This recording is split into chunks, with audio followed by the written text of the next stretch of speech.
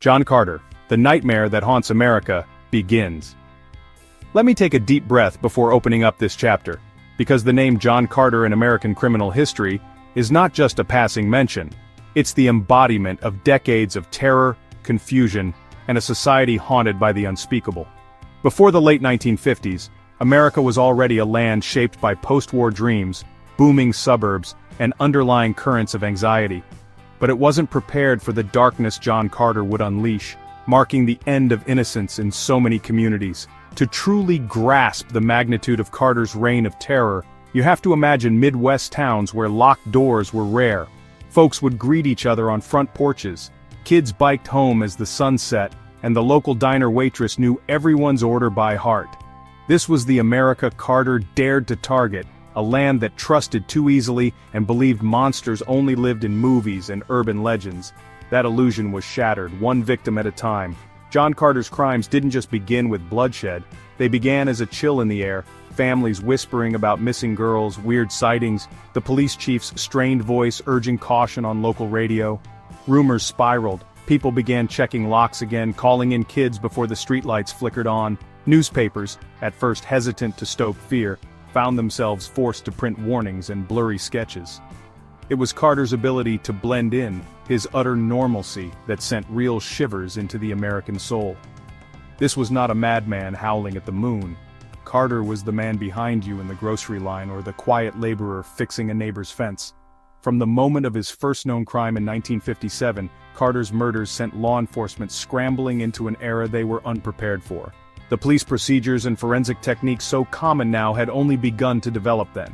DNA? Unimaginable. Psychological profiling? Barely a rumor from Europe. All they had were shoe prints in muddy fields, frightened witnesses whose memories blurred by the day, and a gut feeling that something unnatural was moving among them. It didn't take long for the Carter legend to outgrow reality. Local kids dared each other to ride bikes down streets where a body had been found.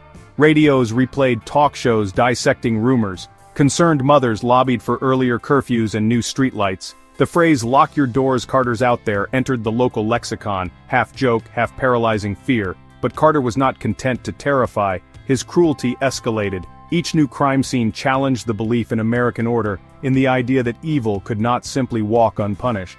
The town squares where people once gathered for summer fairs became settings for police briefings and candlelit vigils. FBI agents, urban journalists, and even self-appointed vigilantes prowled the fields and alleys, trying to glimpse the truth behind the myth. Every new disappearance, every recovered body fed the legend, and Carter's name cast a shadow across generations. The psychological toll was immense. Paranoia bred suspicion, neighbors eyed each other with uncertainty. Families stopped trusting babysitters. Boys and girls once carefree in cornfields and creeks learned to fear the woods. The Midwest's gentle rhythms turned jagged, adults with worried lines etched into their faces, and children with nightmares they couldn't explain. Years later, when the details spilled into courtrooms and documentaries, people realized that Carter's lasting evil wasn't just in the violence he committed, but in the trust he had poisoned. Carter exposed fragilities in American society, forcing everyone to wonder, could the person next door be a monster? His story is not just a chapter in the annals of American crime, it's a dark lesson on the costs of innocence, and the price of believing evil always wears a mask. As we continue, remember, the Carter nightmare didn't just begin with a murder. It started with subtle cracks in the American sense of safety, and those cracks, once opened, were never quite sealed again. Childhood in 1930s, America. If I close my eyes, I can almost smell the age of old leather suitcases and dusty barn hay. A time when hope and hardship coexisted in the fields and factories of Depression-era America. John Carter's childhood, marked by the cold shadows of the 1930s, is best understood against the vast, sobering backdrop of a struggling nation. The so-called American dream had turned into a daily battle for survival, and for families like the Carters, living just outside Pittsburgh, Pennsylvania, hunger, unemployment, and uncertainty lurked around every corner. Imagine a rickety clapboard house on the outskirts of the city, the paint peeling under relentless seasons. Carter was born in 1933, right in the thick of the Great Depression. His parents, once hopeful immigrants, found their dreams crumbling as factory jobs vanished and banks closed overnight. 6 hungry mouths clamored around a battered wooden table, but food was as scarce as affection in that weary household. Carter's father, unable to find steady work after the steel mills cut back, cycled between temporary labor and long spells, drowning his frustration in cheap gin. His mother, weathered but determined, juggled a string of odd jobs just to keep the lights flickering. In those early years, John learned quickly that childhood was more of a burden than a privilege. He wore his older brother's threadbare clothes patched so often that no original fabric seemed left. Fights broke out among siblings for the last crumb of cornbread or the warmest spot near the stove. The Depression was not just a historical fact but a lived daily misery. There was no room for toys, comfort, or tenderness. Yard games and laughter became luxuries reserved for someone else's children. But if poverty set the stage, emotional deprivation wrote the script.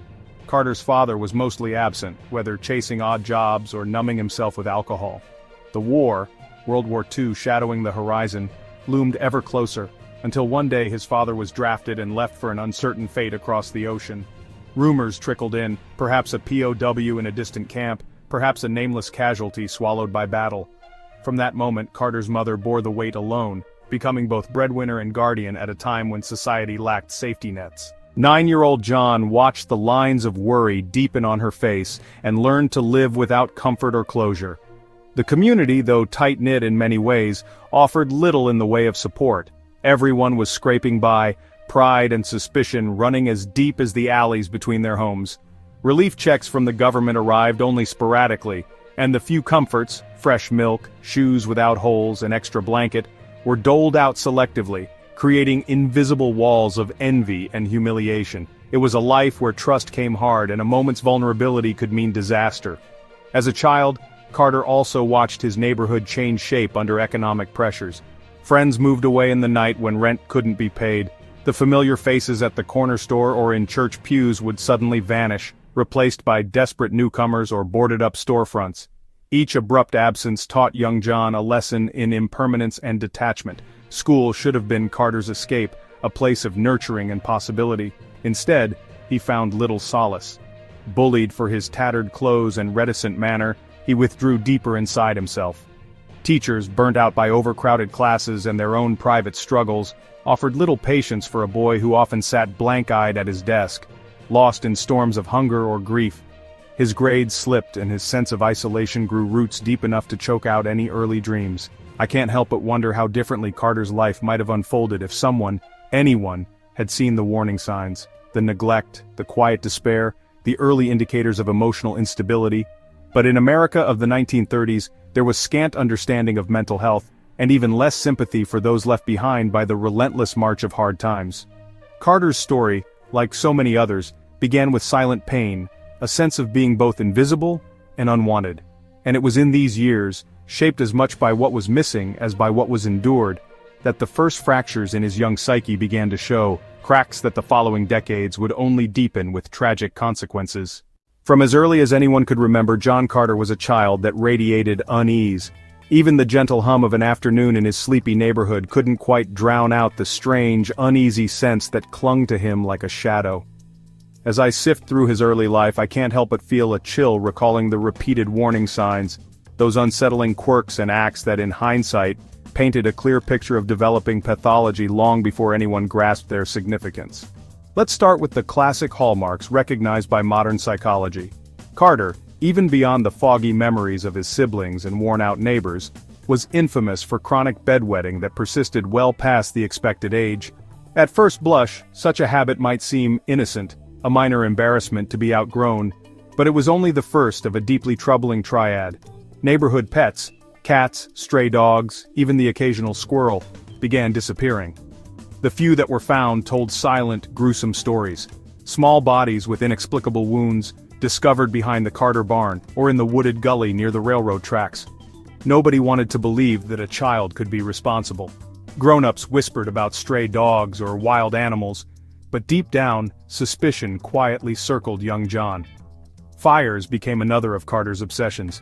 Sometimes it was a crumpled newspaper set alight in the backyard, sometimes more deliberate, an abandoned shed ignited for no reason, flames licking at the night as Carter watched from a safe distance, eyes wide with mingled fear and awe. Locals, especially the elderly, started to see a pattern. Yet with no real proof and lacking the terms or the courage to confront, most simply chose to look the other way.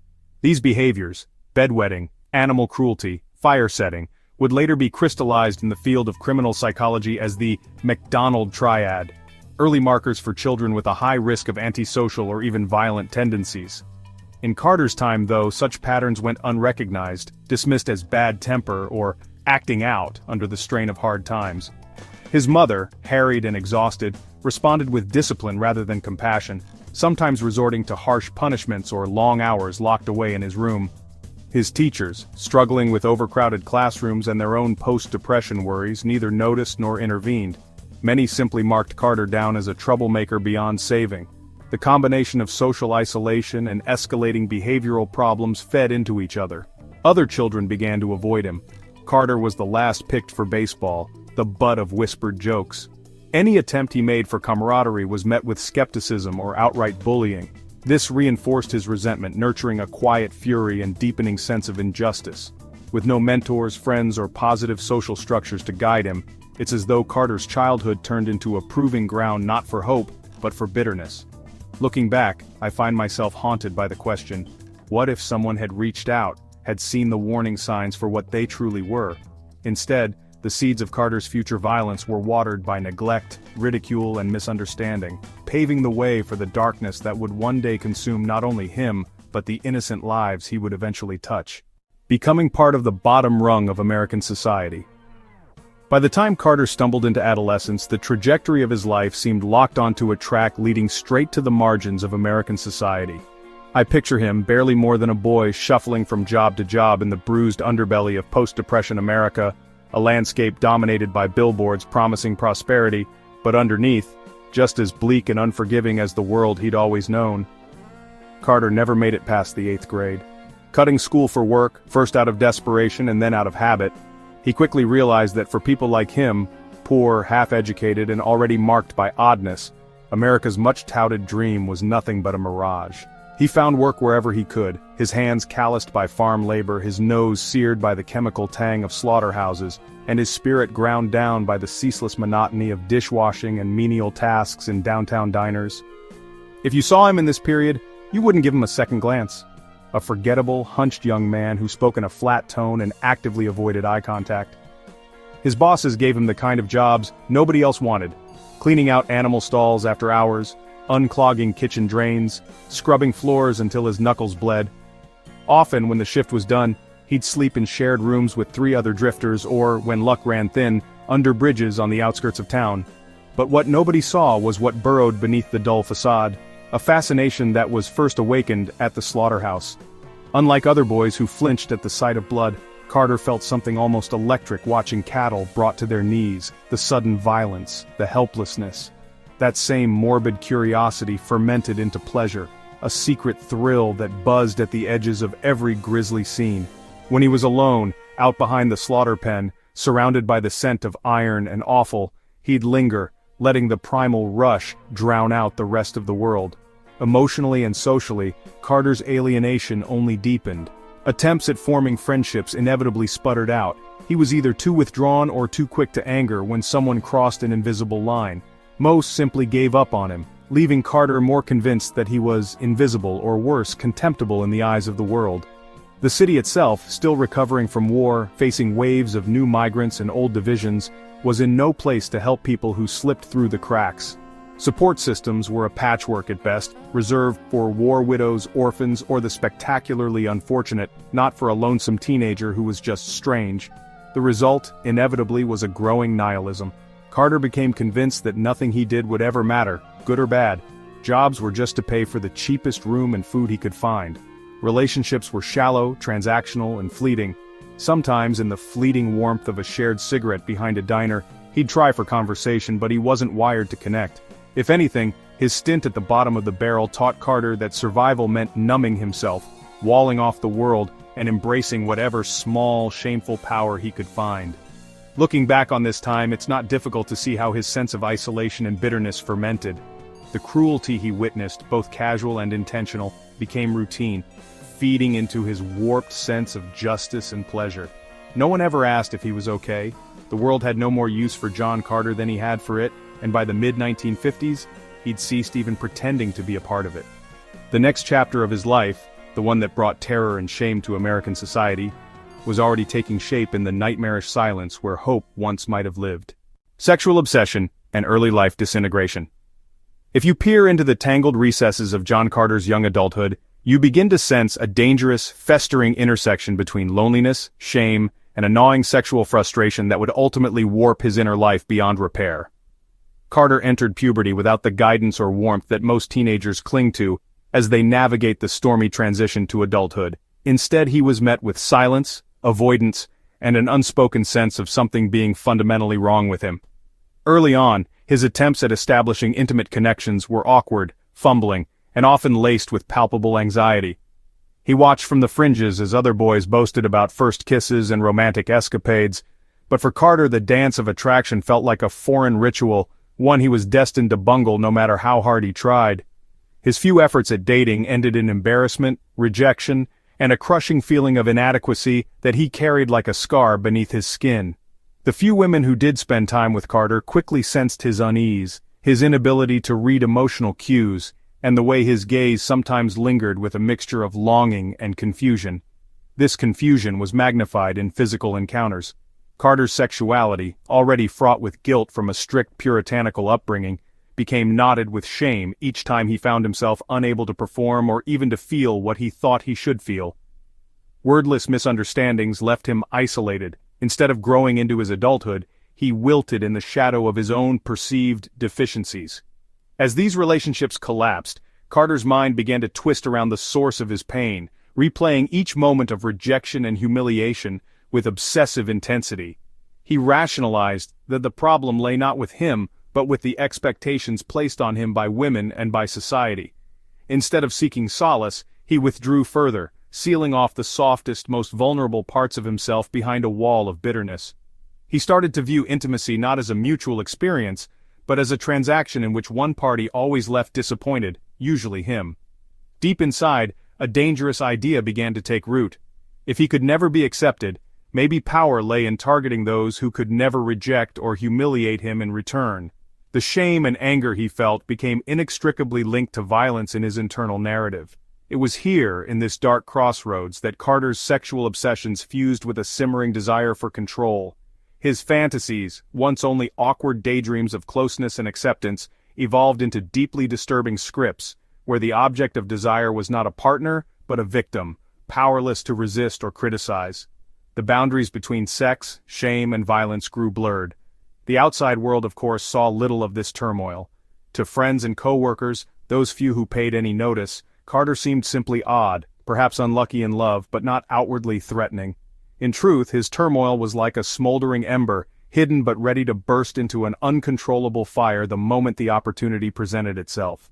Each lonely night and failed relationship poured fuel on Carter's growing obsession, pushing him ever closer to that irreversible descent into darkness. Post-World War II, America, depths of abandoned fates.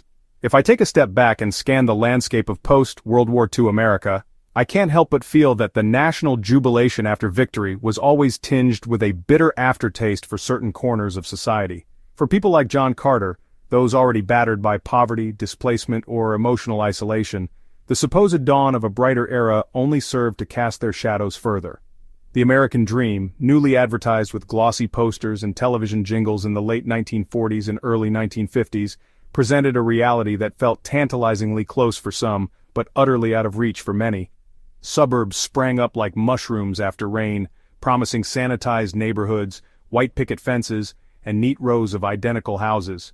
Returning veterans with stable GI Bill benefits lined up for jobs and mortgage applications, while newly minted housewives leafed through catalogs of modern conveniences.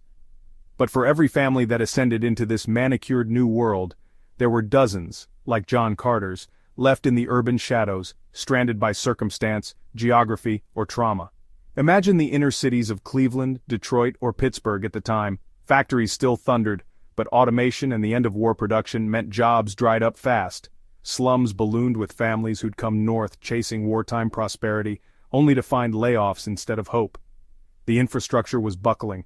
Tenement buildings became vertical prisons. Harrisons, Carters, O'Neills, They all mingled in the stale stairwells, their voices echoing stories of lost farms, dead fathers, hopelessness.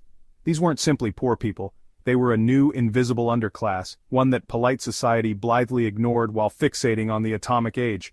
While politicians trumpeted the rising tide that lifts all boats, thousands of boats had already sprung leaks. For lonely, unmoored souls, the plotting banality and subtle cruelty of this post-war world bred a cold kind of despair. Carter, already wounded and weary from his Depression-era upbringing, watched the American engine grind forward without him. Each advertisement showing a grinning family grilling steak in a designer backyard only underscored what he lacked. It's not hard to imagine the seeds of resentment growing in the cracks of such exclusion. At street level, life for the urban poor was a constant exercise in navigating bureaucracy and disappointment. Work was erratic for men like Carter, sometimes a month of back-breaking shifts at a steel mill, followed by weeks of standing in soup kitchen lines. Cities threw up modest public housing complexes, but they quickly crumbled into centers of violence and neglect. Public welfare offices dispensed aid with the moralizing suspicion that failures like Carter somehow deserved their fate. For a man whose formative years had already taught him not to trust, these humiliations only hardened his armor. Children played in alleys dotted with broken glass and trash cans, dodging rats and the ever-present anxiety of crime. Local law enforcement, stretched thin and weary from dealing with a host of new urban problems, saw problem kids as lost causes. No one spoke the language of trauma or mental illness. Most merely scolded or ignored those who couldn't fit in, resigning themselves to the idea that every city needed a few bad apples.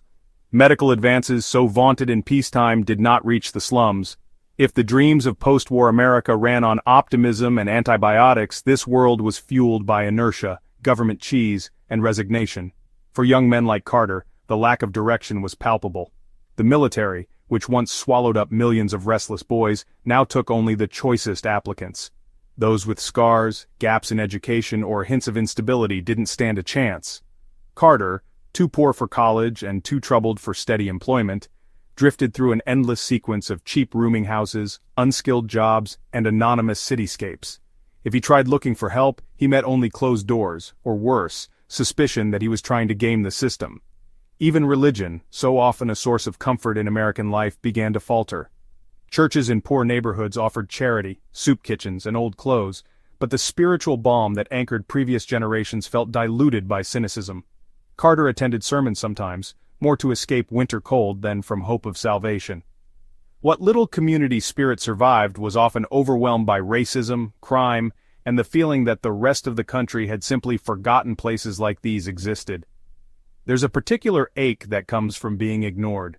Carter's kind, those left behind in the Great American Leap Forward, grew up believing in the virtues of hard work, sacrifice, and decency. Yet at every turn, the system reinforced their invisibility. Opportunities evaporated, neighbors moved away or died. Even the hope of romance or friendship was poisoned by suspicion and bleakness. If Carter reached out, he did so with hands already withdrawn, expecting rejection, ridicule, or indifference. The deeper tragedy of post-war America wasn't simply its neglect of the underclass, but the way that neglect was couched in national denial. Newspapers sang paeans to prosperity, ignoring downtrodden corners of cities that bred restlessness, anger, and sometimes monsters.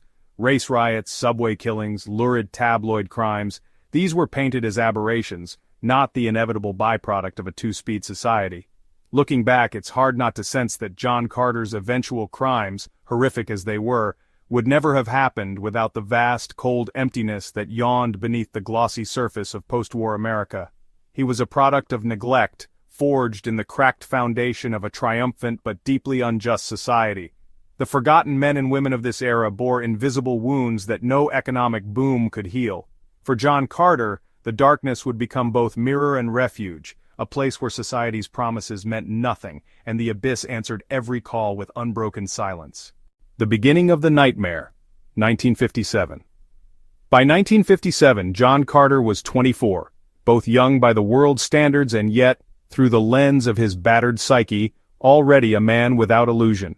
The world around him was moving forward, post-war prosperity reaching into city centers and rural patches alike, but for Carter, life amounted to little more than faded dreams and endless shadows. When his mother died that year, the last fragile strand tethering his fractured sense of self to any sense of warmth or belonging snapped for good. With her loss, something inside Carter turned cold, silent, and irredeemable, setting the wheels of his nightmare journey into motion. I picture those first haunted nights after the funeral. Grief curdled into sharp anger, then into a numbing void. Carter drifted through Cleveland's outskirts, sleeping in rundown motels or abandoned buildings, drinking to smother the pain and increasingly nursing a new, venomous sense of entitlement and spite. He began to study faces in the crowd with a detached curiosity, as if searching for a sign or a target that would explain away his suffering. His early crimes weren't instantly notorious. The first was almost a non-event to the city, a runaway teenage girl reported missing from a broken home, a fate, sadly, just one of many at the time. But Carter's actions were deliberate and catastrophic. He lured her with lies, empathy, and a calmness that belied the turbulence beneath the surface. After the deed was done, Carter moved her body with unsettling care, hiding all evidence with the practiced patience of a man who had rehearsed this moment 1,000 times in his head. The investigation that followed was doomed from the start. Local law enforcement, familiar only with domestic disputes and petty theft, lacked the tools or even the vocabulary to deal with a crime so cold-blooded and calculating. They misread evidence, chased red herrings, and tragically, focused on the girl's family, suspecting the worst of those closest to her. Carter watched, unseen from the crowd at every fruitless search party, learning, adapting, feeding the part of himself that thrilled at his own invisibility. But it was not just the killing that marked this threshold. It was the way Carter processed the experience. In his mind, he wasn't just seeking revenge or answering a private ache. He was, for the first time in his life, seizing genuine power. The act of violence granted him what society never had, a feeling of control, a perverse sense of being noticed if only by absence, by the ripples of fear he left behind. And so, when the city's routines resumed and the story faded from headlines, Carter felt a quiet satisfaction. He could disappear and reappear as he pleased, striking at random, always at the margins of others' tragedies. Over the months and years that followed, the pattern became more defined. Carter's appearance didn't change. He was still that unremarkable man in threadbare clothes, eyes darting away from meaningful contact, but inside, he was sharpening his instincts. He studied the habits of those on the periphery, transient workers, homeless teens, the disenfranchised souls no one would miss. He began traveling further afield, hitchhiking across the Midwest, lingering in bus stations and cheap diners, looking for the signs he'd learned to spot so well. A nervous glance, a bag clutched just a little too tightly, someone new to town and clearly alone. Each encounter was fueled by a calculated patience. Carter never rushed, never forced, always waited until he could isolate his target and dissolve back into the fog of the city's faceless crowds. And with each new offense, Carter's violence escalated, not just in brutality but in ritual. It was as if the boundaries between repulsion and compulsion dissolved. He began keeping tokens from his victims. A lock of hair, a trinket, a scrap of clothing, souvenirs of conquest that only he understood. He honed his craft, experimenting with different methods, always pushing further, testing how far he could go before suspicion gathered near. Sometimes he would return to the scene days later, reveling in how the community mourned or in how the police remained baffled. He fed on the confusion, and it became clear that for Carter, this was no erratic spree, but the methodical building of a legacy he had never earned in any normal way. As time wore on, Carter's sense of connection to his fellow humans withered away entirely. In those bleak stretches of road between towns or inside the clammy walls of a rented room, he ceased to see others as anything but means to an end, props in a performance meant to fill the chasm inside him. What had started as resentment curdled into sadism. He kept detailed notes, never words but small maps, coded marks, reminders of where he had been, the misery he had sown. I can't help but imagine those cold winter nights, Carter alone with his trophies, watching news reports about missing persons as he nursed a beer by flickering light. If there was fear in him, it was quickly overshadowed by exhilaration. Law enforcement had no idea who he was, and each unsolved case only emboldened him further. He read the paper with the feverish satisfaction of someone who at last mattered, even if his name was never spoken aloud. Communities no longer felt safe.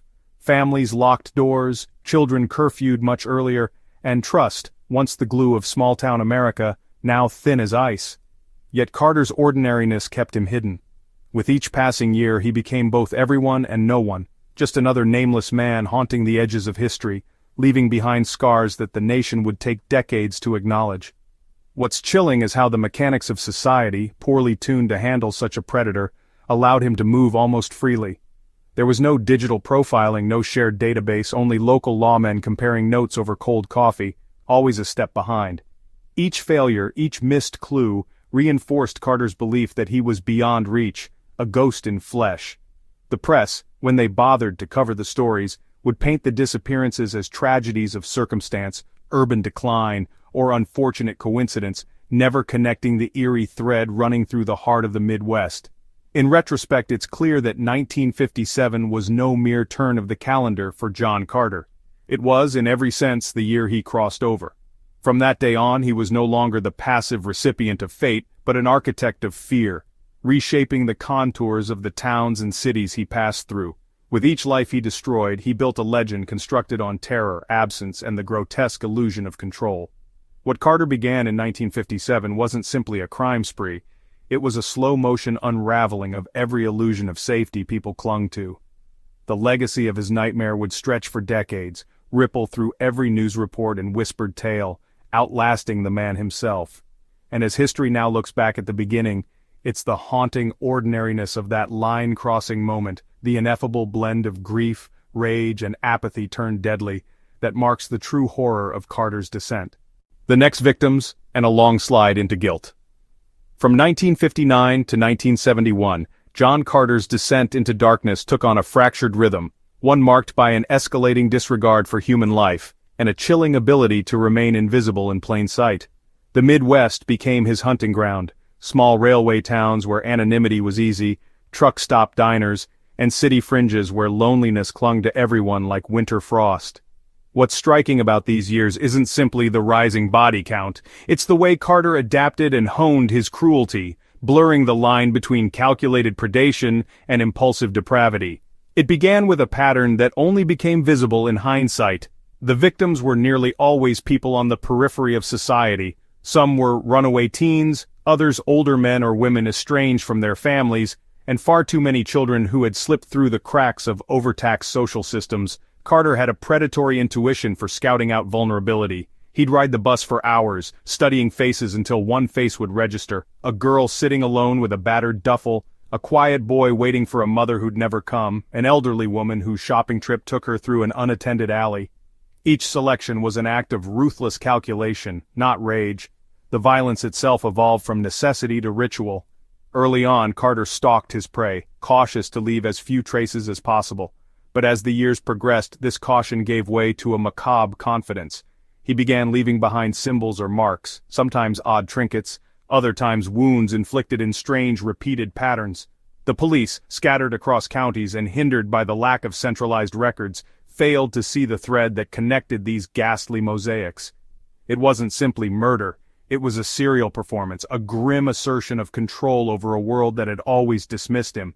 For Carter, each crime was a private statement and a twisted experiment. He'd vary the methods, sometimes luring victims with charm, other times erupting into violence with little warning. The brutality ranged from calculated to chaotic, yet in every case, Carter took something from the scene. These weren't just trophies, they were reminders, proof to himself that he could break through the stupefying numbness that defined most of his waking hours. By the mid-1960s, his name was whispered in police stations but never spoken to the public. Law enforcement, overwhelmed by isolated disappearances and uncertain whether an itinerant monster truly walked among them, often blamed circumstances, runaway culture, or random acts of inner-city violence. Local headlines drowned beneath national news of war, civil rights marches, and political assassinations. Carter was a background horror no one wanted to connect until hindsight forced an ugly reckoning. Communities, slowly poisoned by fear, began to unravel as people whispered about missing persons and the rumors of a killer moving among them.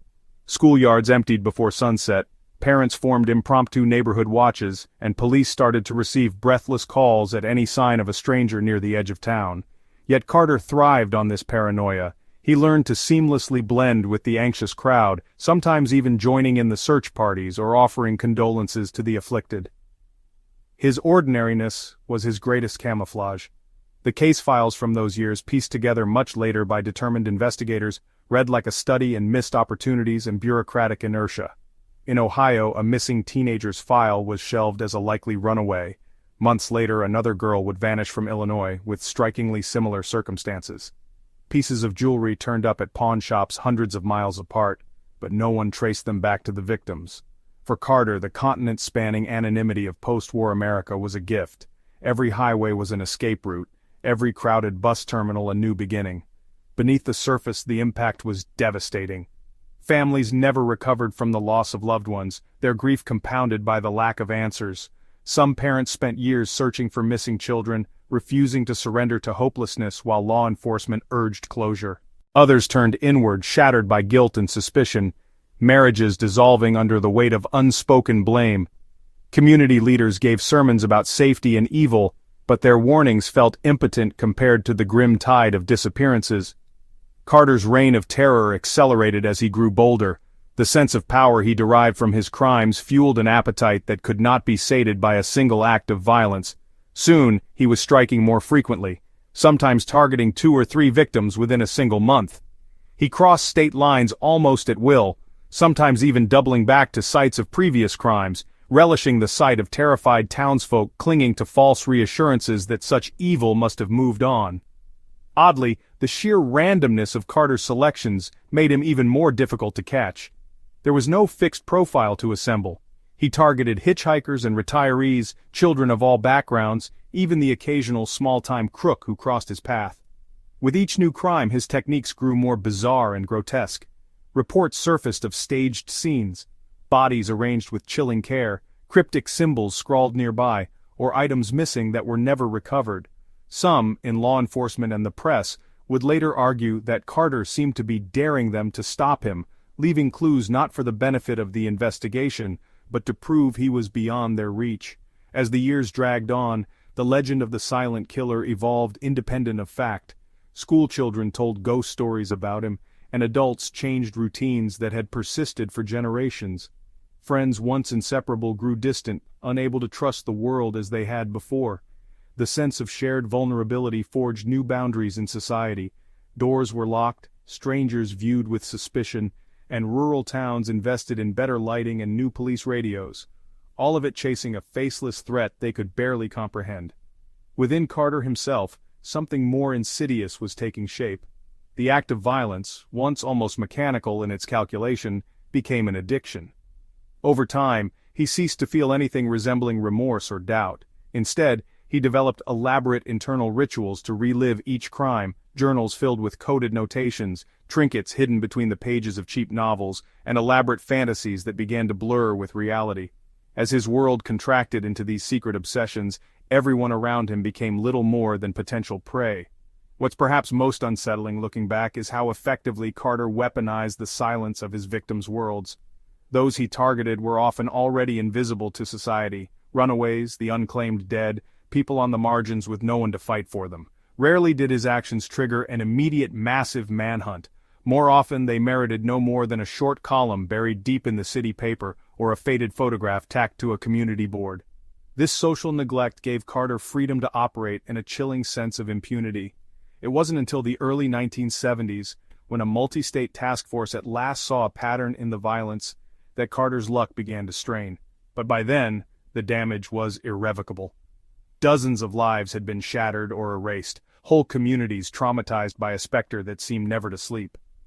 Carter slipped away one final time, vanishing into the heartland as police and press scrambled to catch up. For over a decade, his legacy would remain one of unanswered questions, haunted by the possibility that he was always one step ahead, and perhaps that he was not alone in his darkness.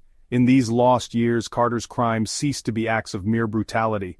They became history-shaping events, every disappearance rippling through households, every unsolved crime a stone thrown into the fragile peace Americans once took for granted.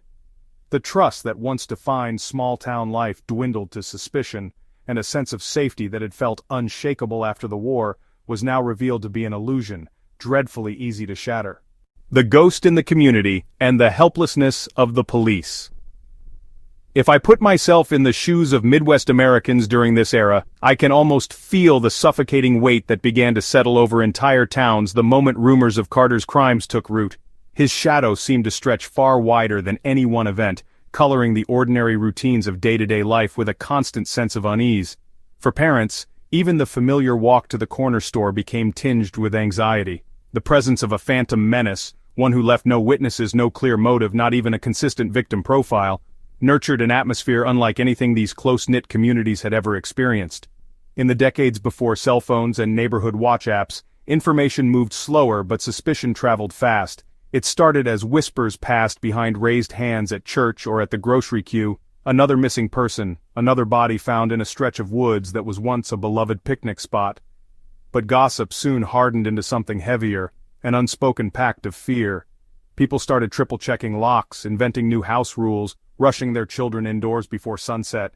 Street festivals grew emptier. Playground laughter was replaced by tense, hushed warnings from grown-ups to stay within sight at all times. Families who used to leave doors unlocked at dinner time now eyed every stranger with suspicion, no matter how innocuous they looked. The failure of law enforcement to solve the string of disappearances and murders only magnified this anxiety. I imagine the local police chiefs, men with authority in name but few resources or specialized training in reality, standing behind podiums at community meetings, offering platitudes and asking for patience. Most small-town officers had never encountered anything remotely akin to a serial predator operating across counties and even states. The techniques they relied on, door-to-door questioning, handwritten lists of suspects, the occasional town flyer, were simply outmatched by Carter's cunning and ability to move undetected. Even as the body count crept upward, connections between cases were often overlooked, scattered as they were across different jurisdictions, unable or unwilling to cooperate fully. The introduction of state investigators and eventually the FBI did little at first to quell public terror. These outside forces tended to arrive late to the action, sometimes weeks after the freshest crime, when evidence had already gone cold, and witnesses' memories faded into unreliability. I can see the local officers feeling undermined, resentful even, and the families of victims growing increasingly desperate as months dragged on without answers. Accusations arose, some blaming the police for incompetence, others targeting city leaders for covering up the scope of the danger. The more the public demanded justice, the more the specter of Carter grew in the popular imagination, fueled by gossip, fear, and the clear inability of anyone with a badge to bring resolution. Meanwhile, the psychological effect on the community ran deep. People started seeing ghosts everywhere. A lone traveler became a suspect, a careless neighbor a potential threat. Any sign of difference in the streets, unkempt appearance, out-of-state plates, an unfamiliar voice, would spark a flurry of nervous speculation. Instead of binding together in crisis as American folklore suggests, many neighborhoods tore at the seams from within. Decades of mutual trust, built over generations of shared labor and hardship, were eroded by something as invisible and corrosive as Carter's presence. Despite the growing awareness that a predator was at large, the media landscape of the time only complicated matters. Local newspapers printed grainy photos and cryptic leads without context. Some radio shows spun wild theories, fanning community anxiety instead of clarifying it. Each new headline brought with it a morbid curiosity and paranoia, making people feel less in control and more at the mercy of an unseen evil. The resulting Carter stories ranged from the absurd to the terrifying, tales of hidden tunnels beneath cornfields, secret societies, or coded messages scratched in the dirt. While these stories rarely had any basis in reality, they added to a climate of fear that was impossible to dispel through reason or reassurance. Law enforcement, for its part, struggled not only with technical limitations but also a lack of cultural preparedness. Most officers, used to handling rowdy teenagers or domestic disputes, felt woefully outmatched.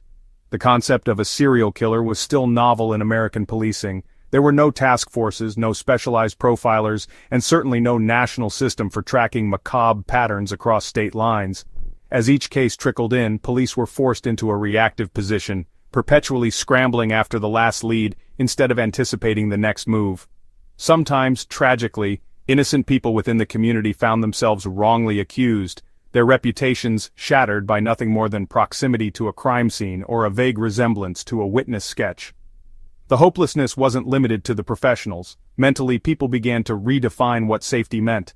Some bought new locks and guard dogs, others kept guns by their beds, some went as far as homeschooling their children or refusing social events altogether. For many, acceptance set in, an uneasy truce with danger as a new normal. Local therapists, ministers, and even bartenders became confidants for whispered confessions of fear. If tragedies drew people closer in some sense, they also reinforced lines of suspicion, forever changing the atmosphere of what had once been open, trusting towns. One of the most haunting realities was that so much of Carter's effectiveness relied not on any superhuman intelligence, but simply on the cracks in the system and the fabric of society, a system divided by jurisdiction, limited by outdated methodology, and stretched thin by budgetary roadblocks. Carter himself remained almost invisible, blending in at the margins where no one bothered to look too hard. The police's inability to catch him became a part of his legend. The longer he operated, the more untouchable he seemed, fueling a mythos that only heightened public dread. Over time, as Carter's crimes spanned years and states, this paralysis fostered a new collective vulnerability. Parents told stories about Carter as a boogeyman to scare children straight. Adults whispered about him at backyard barbecues as if invoking his name might somehow summon or repel disaster. Even after law enforcement began to suspect a pattern, it seemed impossible to catch up with a killer who thrived on the very chaos and terror he created. Carter became both ghost and mirror, a reflection of the limits and failings of the era's laws and the communities meant to enforce them. Vicious cycle without end. The relentless spiral of Carter's violence, growing darker and more audacious over time, became a monstrous self-perpetuating cycle that seemed to defy both reason and remedy. By the late 1960s and into the 1970s, what had started as secret killings devoid of pattern had now blossomed into a ritualistic psychological hunt, each act building upon the terror and pain of the last, and each reinforcing Carter's warped sense of invincibility. At first, his murders still retained a chaotic edge, targeting the vulnerable, the isolated, and the forgotten across towns scattered like faded scars through the Midwest. Yet as years passed without his capture, something in Carter shifted and emboldened. No longer content with anonymity, his attacks took on increasingly horrifying characteristics. He would return to old crime scenes, inserting himself into investigations, sometimes leaving behind disturbing mementos or cryptic taunts, chilling reminders to both the public and weary investigators that he remained always a step ahead, lurking in shadow and daylight alike. The cruelty of his crimes escalated: mutilation, dismemberment, the retention of trophies taken from victims, each action fueling his own mythos. In many communities it became impossible to untangle fact from legend. The more grotesque the atrocities, the more they seemed simultaneously incomprehensible and inevitable. New wounds layered over old ones, and the list of Carter's suspected victims grew almost as fast as the collective imagination spun stories about him. The randomness of his violence, striking children, strangers, the elderly, fed a suffocating dread. Nobody could predict who might be next. Nobody could answer why some were taken and others spared. With each new atrocity, Carter's notoriety snowballed. The press, starved for details and repulsed by what little they learned, could only render vague warnings or lurid headlines that drove local panic into national obsession. Boogeyman tales whispered by children around campfires became uncomfortably close to truth, amplified by media speculation and the visible frustration of law enforcement. In the absence of closure, communities transformed grief into ritual: candlelight vigils, battered flyers bearing faded photographs, impromptu memorials beside lonely highways. Every new discovery seemed to reopen barely healed wounds. For Carter himself, the violence turned into a grotesque form of validation. Every headline, every panic-stricken rumor, felt like evidence of his power. The psychological high he once derived from secrecy evolved into a more perverse satisfaction. Public terror became the ultimate compliment. Sometimes he would toy with evidence, deliberately leading investigators astray, relishing the confusion and futility etched on the faces of would-be heroes stymied by his unpredictability. It was less about the act of killing, and more about crafting an ongoing nightmare from which entire towns could not awaken. The failings of the system, jurisdictional rivalries, primitive forensic methods, and a glaring lack of psychological insight into such crimes, played tragically into Carter's hands. The spread of his offenses across state lines kept police in a perpetual state of catch-up, always responding to yesterday's horror while tomorrow's tragedy was already being set in motion. To the outside world it seemed as if America's heartland had become a haunted stage for endless tragedy. Families and neighbors turned inward, suspicion corroding trust, as if anyone, anywhere, at any time could fall prey to the seemingly unstoppable predator. Yet beneath the mounting toll and sensational headlines, the deeper wound was existential. The cycles of panic, false hope, recrimination and relapse, each time a suspect was cleared, each time a new body was found, carved ruts into the American psyche. Safety became a fairy tale. Every new town Carter struck regarded itself as a potential next target. Social life shuttered, high school dances were canceled, churches bristled with security, and service clubs met in private, somber tones. Parents taught children not just to beware of strangers, but to expect evil at every turn. Perhaps the most tragic consequence was the normalization of fear. Over time, resignation set in, a quiet, bitter acceptance that Carter's reign of terror might never end. The community's energy, once rallied against a common enemy, trickled away as years stretched the crisis into a new damaged normalcy. Even as law enforcement professionalized and the FBI ramped up its efforts, Carter's legend proved stubbornly resilient, buoyed by every escaped conviction and every unsolved disappearance. In some ways, the spiral of violence was less about Carter the man and more about the system that seemed unable to stop him, an indictment of both social neglect and institutional inertia. The evil was never just in the acts committed, but in the way those acts echoed endlessly through society's hallways, children inheriting their parents' nightmares, elders teaching younger generations not to trust, the hopeful learning to be wary of hope itself. The cycle of violence, myth, and helplessness, the true never-ending vortex Carter left behind became his real legacy, haunting the American imagination long after flesh and bone had vanished from the scene.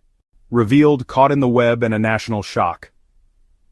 The summer of 1981 stands burned into the American consciousness as a period when the hidden horror of John Carter's deeds was finally, almost accidentally, dragged into light. There's a sharp difference between public fear of an unknown force and the cold, visceral shock that hits once that force has a name, a face, a specific address. Carter's unmasking was not the result of a cinematic chase or high-tech forensics, but the culmination of relentless unease bubbling up through the cracks of everyday existence. Neighbors in Carter's nondescript apartment building had noticed a stench, a rotten, cloying, unmistakably unnatural smell that wafted up through air vents and settled across the hallways. For weeks, residents exchanged anxious glances, whispered theories, and redoubled their efforts to keep children indoors. Eventually, the discomfort forced their hand. A complaint reached the landlord. When the building supervisor used his spare key and swung open Carter's door, what met him inside catapulted a local fear into national pandemonium. Police and first responders were immediately called to the scene. What they found dwarfed their previous nightmares. In the dingy, poorly lit kitchen, investigators discovered body parts meticulously stored in the refrigerator and freezer, alongside neatly labeled food containers. Limbs and torsos wrapped in butcher paper, chilling evidence of a deranged routine that had gone undetected for years. It was not merely the brutality, but the chilling normalcy of the setup, beer bottles, leftover takeout, a half-finished crossword puzzle on the table, that made the discovery so profoundly disturbing. Carter himself was arrested without the drama one might expect. He was found sitting calmly in his threadbare armchair, television humming low, as if awaiting the inevitable. The police officers who entered the room reported the surreal sensation of confronting evil that wore an ordinary mask. No wild rage, no attempt at violence or flight. Carter complied with every command, his only words a mumbled request for a cigarette, and, chillingly, the offhand remark regarding his cannibalism. Meat's expensive these days. Within hours, news of the gruesome discovery had leapt from local radio chatter to the front pages of every national paper. Television anchors struggled to maintain composure as details spilled out in chaotic press conferences. For much of America, especially the communities so long haunted by his shadow, it felt as though reality itself had split. A blend of cathartic relief, collective nausea, and rising anger swept the nation. There was the terror of recognizing Carter had lived among them, unseen and undetected for decades, and the embarrassment that decades of collective anxiety had not been mere urban legend. The scope of Carter's crimes became even more horrifying as investigators meticulously pieced together missing person reports, forensic evidence, and confessions. Cold case files, some stretching back nearly 25 years, were reopened and compared. Families who had spent decades in limbo, clinging to faint hope or bitter resignation, were thrust back into the relentless churn of media and legal proceedings. Law enforcement set up a command center to field the deluge of phone calls from individuals across several states who suspected their loved ones might be among Carter's hidden victims. For forensic teams, the apartment presented a grotesque puzzle.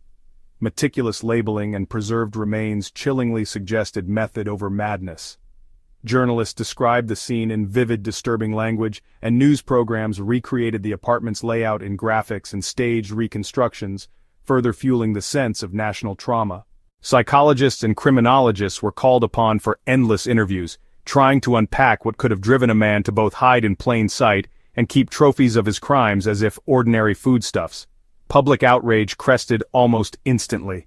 As Carter's face was plastered across newspapers, magazine covers, and nightly television reports, crowds began to gather outside the police station and later the courthouse. Angry chants, candlelit vigils, and spontaneous memorials formed on city streets. For many, this was not just the revelation of one man's guilt, but a visceral indictment of the institutions that had failed to prevent years of tragedy. Local officials faced hostile interviews and sometimes even threats. Law enforcement and social service agencies were forced into the media's harsh spotlight, pressed to explain how Carter had slipped through every imaginable crack. The nation watched, and in many cases participated, as Carter's story became a symbol of thwarted justice and repressed dread. Commentators debated not just the failures of police procedure but the blindness of neighbors, the limits of mental health intervention, and the way American society still clung to the myth that real monsters wore outward signs of their evil. The sense of betrayal ran deep. How could a man described as unremarkable, polite, quiet, if a bit strange, commit such atrocities right next door year after year without detection? Why had every warning sign, every minor complaint, every whisper failed to break through? Carter's capture also marked an inflection point in American notions of safety and community. Parents who had once told children the world was essentially good now found themselves repeating baleful, cautionary tales. New neighborhoods amended neighborhood watch protocols, demanding better background checks and more proactive police training. Documentaries, true crime books, and made-for-TV movies sprang up within months, each struggling to make sense of the senseless or, more darkly, capitalize on a nation unable to look away. In the aftermath, Carter quickly became a subject of taboo fascination, a chilling shorthand for the possibility that anyone, even in the most familiar circumstances, could be hiding unthinkable secrets. His quiet depravity forced millions to reconsider what it meant to know a neighbor, to trust a community, or to feel secure in the anonymity of a crowd. The shockwaves kept rolling. For years, every new missing persons case, every unexplained tragedy, inevitably invoked Carter's name. Inside the criminal justice system, the magnitude of the case created ripples that reshaped investigative practices nationwide. Police departments began lobbying for statewide and eventually national databases to track missing persons and suspicious deaths. Joint task forces experimented with more sophisticated criminal profiling, and forensic science received renewed funding and public interest. Victims' advocacy groups rose up, channeling collective pain into new demands for transparency, outreach, and support. Meanwhile, in courtrooms and legislative chambers, Carter's case was wielded as an argument for both harsher sentencing and greater mental health intervention. The public wrestled with uncomfortable questions about privacy, surveillance, and the thin line between protection and paranoia. Across dinner tables, in classrooms, and during late-night broadcasts, experts and ordinary citizens alike debated how a society should respond to its worst nightmares, how vigilance could be balanced with compassion and safety with freedom. The historic trial, and a painful warning. When the trial of John Carter began, it instantly captured the full, uneasy attention of the nation.